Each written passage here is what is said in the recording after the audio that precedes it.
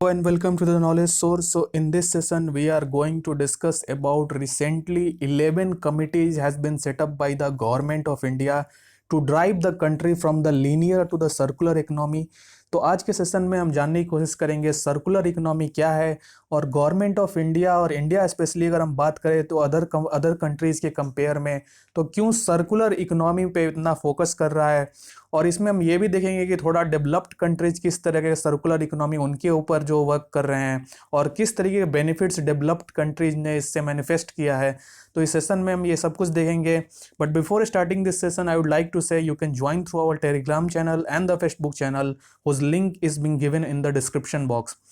सो अभी रिसेंटली अगर बात करूं मैं तो 11 कमिटीज जो है वो कंस्टिट्यूट किया गया है गवर्नमेंट ऑफ इंडिया के द्वारा। और ये जो कमिटीज हैं वो डिफरेंट की एरियाज जो है related to the circular economy उन पे वर्क करेंगी आने वाले समय में। और अगर मैं आपको बताऊं कि ये government of India specially focus कर रहा है कि किस तरीके से लीनियर इकोनॉमी जो है उससे निकल के सर्कुलर इकोनॉमी में जाया जाए और इससे डिफरेंट बेनिफिट्स जो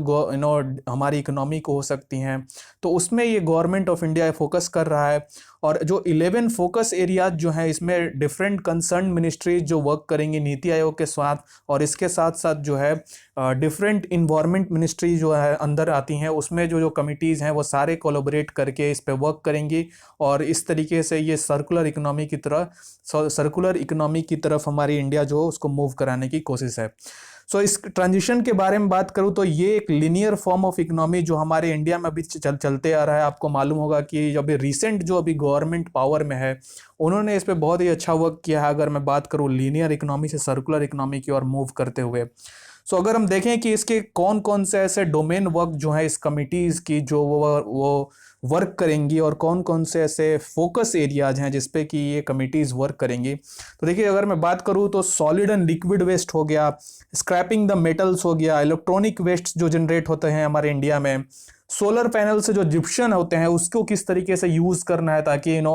जो इससे स्क्रैपेज है उनसे हमारी कंट्रीज़ को बेनिफिट्स हो सकें। इसके बाद इंडस्ट्रियल वेस्ट हो गए, यूज्ड ऑयल हो गए, एग्रीकल्चर वेस्ट हो गए। तो ये कुछ एरियाज हैं जहां पे इंडियन इकोनॉमी और different departments in collaboration they will work to transform our Indian economy from the linear to the circular economy. So अगर मैं बात करूं कि ये जो नेसेसरी मॉडलिटीज जो हैं जो हमारी ये कमिटीज वर्क करेंगी उनका ये मेजर फंक्शन होगा कि जो हमारी वर्किंग पैटर्न है उसको किस तरीके से चेंज किया जाए, या फिर जो इकोनॉमिक ट्रांसफॉर्मेशन की ज़रूरत है जो कि हमारी इकोनॉमी को बूस्ट कर सके, हमारी जीडीपी को बढ़ा सके, तो ये की कंपोनेंट है। और स्पेशली अगर बात करूं जिस तरीके से पॉल्यूटेंट्स हमारे टोटल हमारे इंडिया में स्पेशली इंक्रीज हो रहे हैं, तो उसके मद्देनज़र भी देखते हुए ये जो अभी कमिटी बनाई गई है वो एक बहुत ही वे फॉरवर्ड मूवमेंट है इंडिया के लिए। सो अगर मैं बात करूं कि सर्कुलर इकोनॉमी क्या होता है, तो देखिए सबसे पहले अगर आपको एकदम नॉर्मल शब्दों में समझाऊं तो लीनियर इकोनॉमी का मतलब होता है कि कोई भी रॉ और नेचुरल रिसोर्सेज जो कि ट्रांसफॉर्म करता है। हमारे इंडिया में क्या होता है कि कोई भी प्रोडक्ट्स हम खरीदते हैं उसको यूज़ करते हैं और फिर इसके बाद उसको जब उसका यूज़ खत्म हो जाता है तो उसको थ्रो अवे कर देते हैं। लेकिन अगर मैं बात करूं सर्कुलर इकोनॉमी की तो इसका मॉडल एम इस पे वर्क करता है कि जो गैप है बिटवीन द प्रोडक्शन और द नेचुरल इकोसिस्टम उसको रिड्यूस किया जा सके, और जो स्क्रैपेज जो बाद में हमारे यूज़ के बाद उसको हम थ्रो अवे कर देते हैं उसको रीयूज और उसकी जो प्रोडक्शन है उसको फिर से इन्हेंस करके उसको रीयूजिंग सिस्टम में लाया जा सके ताकि जो इकोनॉमी हमारी है उसको बेहतर उसको हेल्प मिल सके। सो अगर आपको एग्जांपल के थ्रू समझाऊं मैं, देखिए यहाँ पे अगर सपोज कीजिए कि जो डेवलपिंग मार्केट्स हैं या फिर जो रिसाइकल्ड मटेरियल्स हैं उनको इस तरीके से डिज़ाइन किया जाएगा कि जो प्रोडक्ट्स की जो इन्हेंसमेंट है या जो प्रोडक्ट्स की कैपेबिलिटीज़ है वो इंक्रीज हो सके, जिससे क्या होगा कि जो हमारी प्रोसेसिंग है, जो रिडक्शन इन वेस्ट है वो कहीं ना कहीं वो धीरे धीरे और तेज़ी से होगी, और जो ऑप्टिमाइजिंग हमारी जो रिसाइकलिंग मूवमेंट है उसको भी हम इंक्रीज कर पाएंगे, जिससे क्या होगा कि हमारी जो कलेक्शन मटेरियल्स है वो भी इंक्रीज होगी, और जो वेस्ट जो जनरेट होता है जो अल्टीमेटली हमारे डिफरेंट पॉल्यूशन जो पॉल्यूटेंट्स हैं उनको एक तरह के मॉडलिटी जो है इंडियन इकोनॉमी में और इंडिया में स्पेशली बात करूं उसमें भी रिडक्शन हमें देखने को मिलेगा।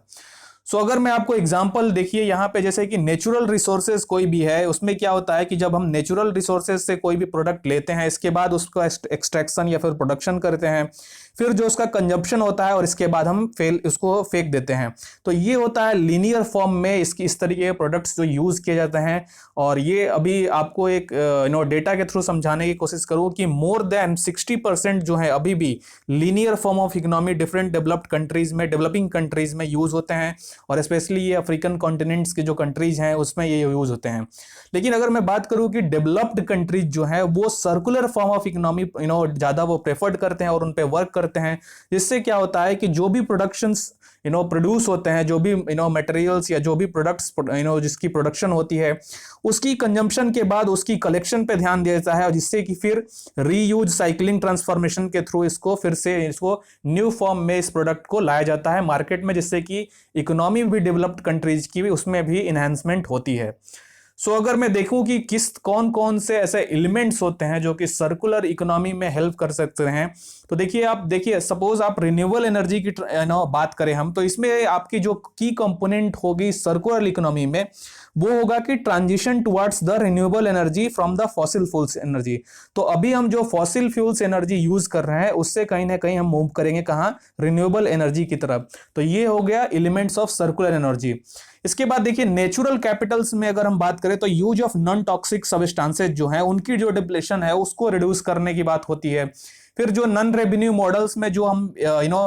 जिस तरीके से ऑनरशिप या प्रोडक्ट की जो यूज है उसमें चेंजेस करते हैं, तो इस तरीके के जो मॉडलिटीज हैं जो जिससे कि रिटर्न जो है हाई वैल्यू रीयूज और रिसाइकलिंग पैटर्न पे ध्यान देने की जरूरत है, और इससे हमारे अगर सप्लाई चेन कोलैबोरेशन जो इंप्रूव होता है तो एक सर्कुलर फॉर्म ऑफ इकोनॉमी जो तैयार होती है जिसे हम बोलते हैं सर्कुलर इकोनॉमी। सो इसमें अगर देखें प्रोडक्शन, यूजेज और रिसाइकलिंग, ये जो प्रोसेस है उस पर एक टोटल ध्यान दिया जाता है और ये एक सर्कल पैटर्न में मूव करता है जिससे कि इकोनॉमी को भी फायदा होता है। तो ये है total modus operandi of the circular economy. So अगर मैं बात करूं कि क्वेश्चन ये उठता है कि क्यों हमें इंडिया के लिए या फिर कोई भी कंट्रीज के लिए सर्कुलर इकोनॉमी इंपॉर्टेंट है,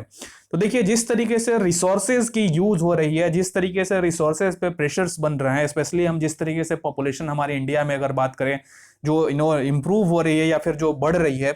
तो उसमें कहीं ना कहीं जो पॉलिसीज हैं उन पे चेंजेस करने की जरूरत है। जो पॉलिसीज को इनमें अगर हम चेंज करते हैं तो क्या होगा कि जो हमारी रिसोर्स की इफिशियंसी है वो एक उसमें मैक्सिमाइजेशन होगा, और जिससे क्या होगा कि जो हमारा कंजम्पशन ऑफ फाइनाइट रिसोर्सेज है उसमें रिडक्शन होगा, और इससे हम क्या कर सकते हैं कि एक सस्टेनेबल फॉर्म ऑफ इकोनॉमी उसको हम तैयार कर सकते हैं, जो कि आने वाले जनरेशन को भी हम उसी तरीके से सौंप सकते हैं जैसे हमारे पूर्वजों ने हमें सौंपा था। तो ये एक मेजर फॉर्म ऑफ नीड है जो कि हमारी सर्कुलर इकोनॉमी के लिए इंपॉर्टेंट है। और अगर मैंने आपको पहले भी बताया है कि जो सर्कुलर इकोनॉमी है वो मेजर फंक्शन करता है 3 चीजों पे, या मैं बोलूं 4 चीजों पे, जो कि है रीयूज, रिड्यूस, रिसाइकल और रिकवर। तो ये जो 4 कंपोनेंट्स है उस पे ये वर्क करता है, अगर इस पे कोई भी कंट्रीज अच्छा वर्क करती है तो उसमें सर्कुलर इकोनॉमी में भी इजाफा उसे देखने को मिलता है।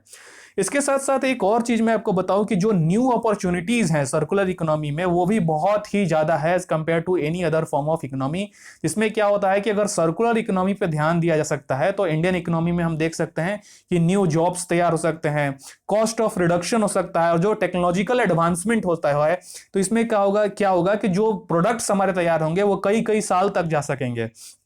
अगर मैं बात करूं कि कॉस्ट रिडक्शन में, तो जो प्रिंसिपल्स जो यूज होते हैं, सपोज कि एक बार एक प्रोडक्ट को बनाने में मान लीजिए 10 रुपीज लगी, तो अगर वो 10 रुपीज को फिर से रिसाइकल फॉर्म में अगर हम बनाते हैं तो वो प्रोडक्शन की जो कॉस्ट है वो 10 रुपीज से अराउंड 5 रुपीज तक जा सकती है। तो आप सोच सकते हैं कि जो कॉस्ट ऑफ प्रोडक्शन को फिर से बनाने में जो पैसे लगते हैं वो भी रिड्यूस होगा, और एक नया तरीके के हमारे पास जॉब प्रोस्पेक्ट्स भी अवेलेबल होंगे जो कि गवर्नमेंट ऑफ इंडिया को स्पेशली मदद करेंगे कि हमारी जो, आपको मालूम होगा कि हमारे इकोनॉमी में जो नंबर ऑफ एम्प्लॉयमेंट जो जरूरत है वो कहीं ना कहीं बहुत ही वीक है as compare to any other developed countries. तो ये कुछ ऐसे प्रोस्पेक्ट्स हैं जो कि सर्कुलर इकोनॉमी की नीड को इंडिया में स्पेशली इन्हांसमेंट इसकी होती है। सो मैं आशा करता हूं कि आपको इस सेशन में कुछ नया सीखने को मिला होगा। So that's it for today. Thank you as always for joining.